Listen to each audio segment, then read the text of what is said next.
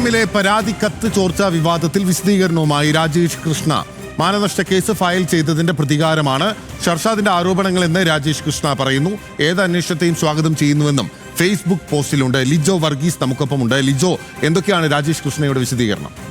ഈ ആരോപണം ഉന്നയിച്ചിട്ടുള്ള ഷെർഷാദും അതോടൊപ്പം തന്നെ ഇത് വാർത്തയാക്കിയ മാധ്യമങ്ങളെ വിമർശിച്ചുകൊണ്ടാണ് ഇപ്പോൾ രാജേഷ് കൃഷ്ണയുടെ ഫേസ്ബുക്ക് പോസ്റ്റ് വന്നിരിക്കുന്നത്.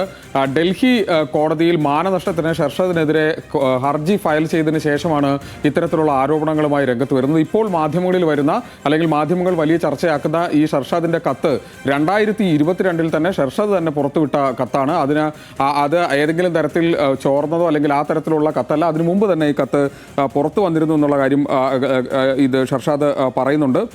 ഇത്തവണ CPM കൂടി ചേർത്ത് വെച്ച് ഈ കത്ത് പറഞ്ഞപ്പോൾ അതിൽ മാധ്യമങ്ങൾ വീണു പോവുകയാണ് ചെയ്തത്. അങ്ങനെയാണ് ഇത് വലിയ ചർച്ചയായതെന്ന് പറയുന്നു. ഉണ്ടെന്ന് പറഞ്ഞ മറ്റു രേഖകൾ ഉണ്ടെന്ന് പറയുന്നെങ്കിൽ അത്തരം രേഖകൾ ഉണ്ടാവാൻ സാധ്യതയില്ലെന്നും വരും ദിവസങ്ങളിൽ അത് കാണാമെന്നും പറയുന്നു. കത്ത് പൊതുസമൂഹത്തിൽ എത്തിച്ചത് ഷർഷാദ് തന്നെയാണെന്നാണ് ഇപ്പോൾ രാജേഷ് കൃഷ്ണ പറയുന്നത്. ഏതായാലും ഇതിൽ CPM ഉൾപ്പെടുത്തിക്കൊണ്ട് ഇത്തരത്തിലൊരു പുതിയൊരു ചർച്ച ഉണ്ടാക്കിയെടുത്തതിൽ മാധ്യമങ്ങൾ വീണു പോവുകയാണ് ചെയ്തത്. അത് ആ തരത്തിൽ പോയി തനിക്കെതിരെ ഇത്തരത്തിലൊരു ആരോപണം ഉന്നയിക്കുന്നതിന്റെ പിന്നിലുള്ള കാര്യം അത് മാനനഷ്ടത്തിന് കേസ് ഫയൽ ചെയ്തതാണെന്നുള്ളതാണ് രാജേഷ് കൃഷ്ണ വ്യക്തമാക്കുന്നത്. ഏതായാലും ഈ വിഷയത്തിൽ ആദ്യ ഘട്ടത്തിൽ അതായത് ഷർഷാദിന് ഇത്തരത്തിലൊരു പരാതി ഷർഷാദ് പറയുന്നു.